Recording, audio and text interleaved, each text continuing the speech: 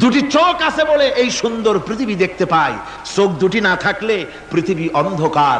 মা দেখতে পাবো না, কোরআন দেখতে পাবো না, পৃথিবী দেখতে পাবো না, বাপ দেখতে পাবো না, সন্তান দেখতে পাবো না, দুনিয়াটা মিথ্যা হয়ে যাবে, ঠিক কিনা?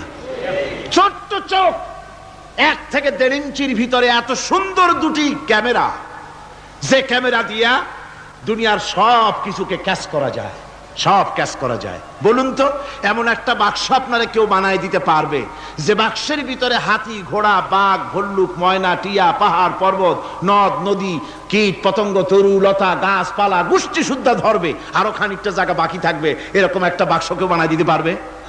পারবে না। এমন একটা বাক্স পৃথিবীর কোন মিস্ত্রি বানাতে পারবে না।